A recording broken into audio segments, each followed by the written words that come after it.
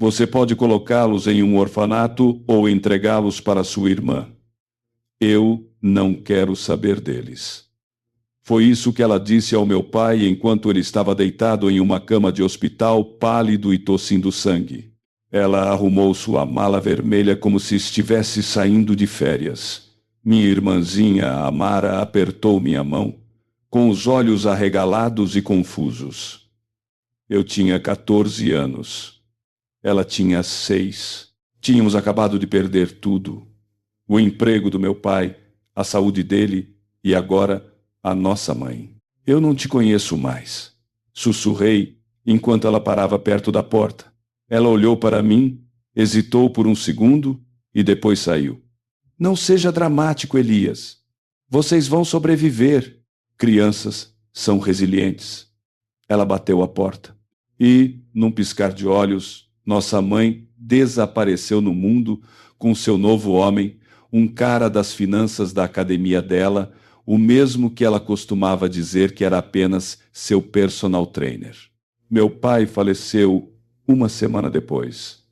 Sem convidados no velório, sem parentes distantes, apenas eu, Amara e a assistente social que nos entregou sacos de lixo e disse: arrumem o que precisarem. Moramos em um abrigo por um tempo, passando pelo sistema de acolhimento familiar, tentando não ser separados. À noite, Amara chorava no meu peito e me perguntava: você acha que ela pensa na gente? Eu mentia, mas no meu coração jurei uma coisa: um dia eu farei com que ela se lembre. E 12 anos depois, na noite em que ela bateu à minha porta tremendo, soube que o dia finalmente havia chegado. 12 anos é muito tempo para viver sem mãe. Tempo suficiente para parar de se perguntar o porquê. Tempo suficiente para transformar a dor em combustível. Depois de passar por 4 lares temporários, completei 18 anos e saí do sistema de acolhimento.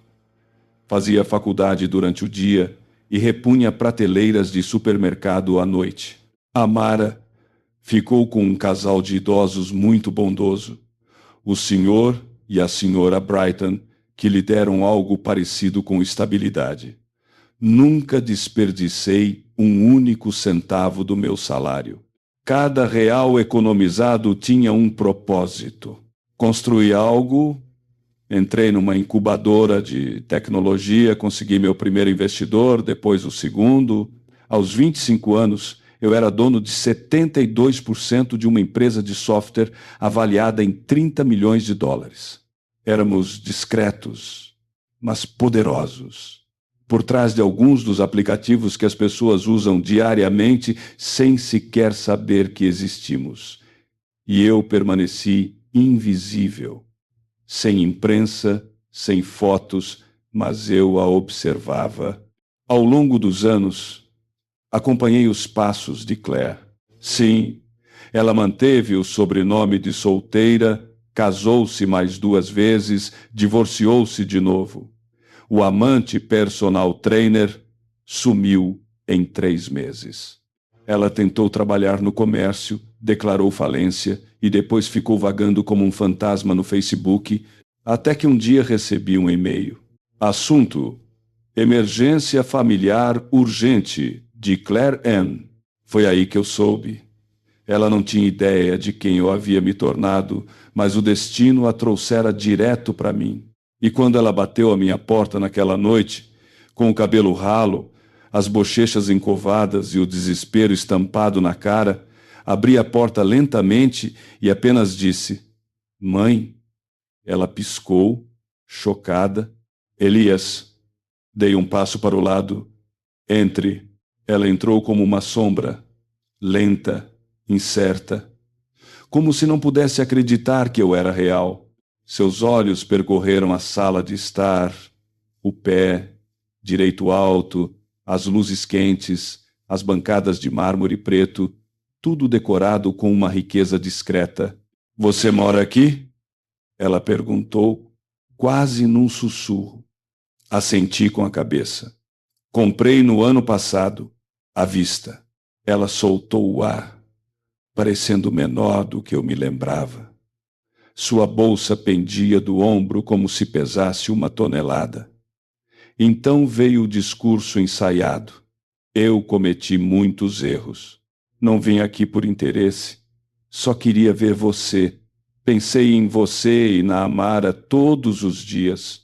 Observei seu rosto se contrair, esperando por compaixão, mas não pisquei. Por que agora? Perguntei. Ela hesitou. Então, eu fiquei doente. Lá estava. Estou no estágio 2, continuou ela, com os olhos de repente marejados. Perdi meu apartamento. Não tenho plano de saúde. Não tenho nem celular. Não sabia a quem recorrer. Fiquei imóvel, em silêncio. Ela olhou para cima, com a voz trêmula. Só quero uma chance de consertar as coisas. Não espero dinheiro. Apenas um lugar para ficar até eu me organizar. Um momento se passou e então assenti com a cabeça: você pode ficar. O alívio dela foi imediato, mas o que ela não sabia era que eu tinha esperado 12 anos por esse momento e aquilo não era um reencontro, era o início do acerto de contas dela. Ela se mudou para o quarto de hóspedes naquela noite. Amara veio no dia seguinte. Viu as malas perto da porta e estancou. Você deixou ela entrar? Assenti. O maxilar de Amara se contraiu. Sua voz soou baixa. Depois do que ela fez, depois do papai, ela não vai ficar para sempre.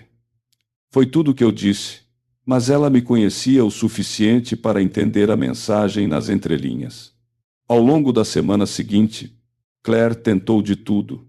Acordava cedo para fazer o café da manhã, deixava bilhetes escritos à mão na geladeira, perguntava sobre meu trabalho, minha bela casa, como ela chamava.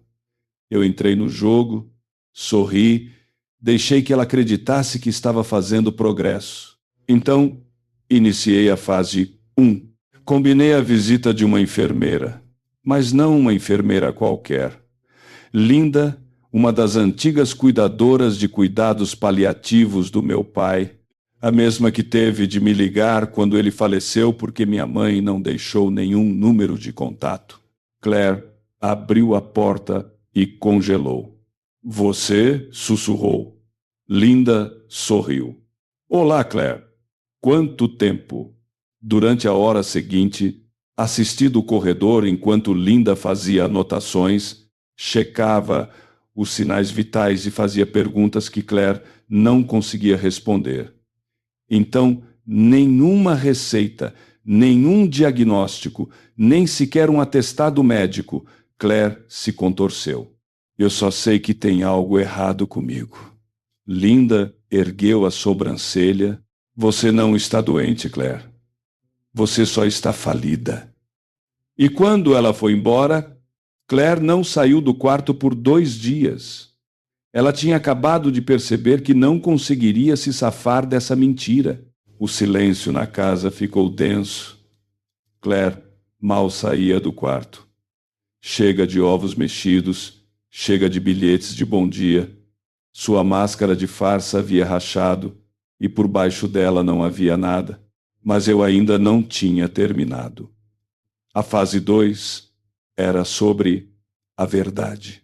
Encontrei a caixa que ela havia deixado para trás quando desapareceu, enterrada no sótão da Amara durante todos esses anos. Guardei-a fechada por causa de uma mistura distorcida de raiva e curiosidade. Agora, finalmente, a abri. Lá dentro havia cartas. Não para nós, mas para ele, o amante. Cartas sobre como ela finalmente tinha escapado, como o Elias ficaria bem, já que ele sempre foi sério demais de qualquer forma, e como a Amara era frágil demais para sobreviver sem se apegar a alguém. Cartas rindo do meu pai, zombando de sua ética de trabalho patética, de seu cheiro de seus chinelos. Escaneei as cartas, imprimi-as e as empilhei com cuidado. Depois, liguei para a Amara. Quando ela as leu, sentou-se sem dizer uma palavra e, em seguida, deu um leve sorriso. Vamos emoldurá-las, disse ela. E assim fizemos. Na parede acima da cama de Claire, 12 páginas nítidas, protegidas por vidro, cada uma com o título A Mãe que Você Queria de Volta. Naquela noite, ela gritou ao vê-las. Disse que éramos doentes. Disse que tinha direitos. Parei no corredor e disse: Você abriu mão de todos os seus direitos no dia em que o escolheu em vez de nós. Então tranquei a porta do meu quarto, porque aquilo era apenas o começo. O verdadeiro castigo dela nem tinha começado. 3 noites depois, preparei um jantar para ela. Bife, aspargos e uma taça de Pinot Noir. Exatamente como ela costumava comer antes de se considerar boa demais para nossa vida de gente humilde. Ela sentou-se à mesa, com os olhos cansados e os dedos tremendo levemente. Desculpe pela parede, eu disse. Passei dos limites. Ela respirou aliviada. Obrigada. Então, deslizei a peça final sobre a mesa. Uma pasta pequena, cor de creme, com o nome dela em letras douradas. Ela abriu e empalideceu. Lá dentro, havia um resumo financeiro detalhado de tudo o que ela devia. Pensão alimentícia não paga, cálculo de aluguel, danos morais com juros, despesas do funeral do meu pai e mensalidades do plano de saúde dos anos em que ela esteve ausente. Total, $487.600,34. Você é louco, sussurrou ela. Eu sorri. Apenas detalhista. E se eu recusar? Inclinei-me para a frente. Então você será a estrela de um documentário que estou produzindo, intitulado A Mãe que Deixou os Filhos para Apodrecer Enquanto Dormia com o Instrutor de Academia deles. Eu já tenho as cartas, os vizinhos, os registros do funeral. Quer adivinhar de qual tipo de história a Netflix mais gosta? Ela congelou. Então, baixinho, o que você quer? Levantei-me. Você vai pagar. Com trabalho, com desconforto, com humildade. Vou deixar você ficar, mas você vai servir. E, enquanto ela ficava ali tremendo, eu sabia que aquilo não era crueldade, era uma cobrança de dívida, uma memória de cada vez. Comecei aos poucos. Claire tornou-se a governanta residente. Ela limpava os banheiros, esfregava o chão, cozinhava mal. Torradas queimadas viraram nossa nova rotina no café da manhã. Amara se recusava a comer qualquer coisa que ela tocasse. Ela não vai me envenenar agora também, resmungou. Mas não se tratava das tarefas domésticas. Tratava-se do lembrete de que a mulher que uma vez disse que éramos responsabilidade demais agora estava dobrando nossas roupas. Os vizinhos começaram a notar. Aquela não é a sua mãe? Um deles me perguntou. Era, respondi. Agora, ela está apenas pagando pelo tempo perdido. Todo domingo, eu convidava o mesmo presbítero da igreja que ela havia insultado no passado durante um bazar beneficente.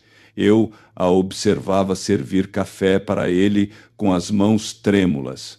Quando ele sorria e dizia: a graça transforma as pessoas, ela não responda. Semana após semana, ela murchou, não de fome ou maus tratos, mas pelo peso do seu passado ecoando em cada canto daquela casa. Então veio o golpe final. Recebi uma carta dele, o antigo amante dela, endereçada a ela.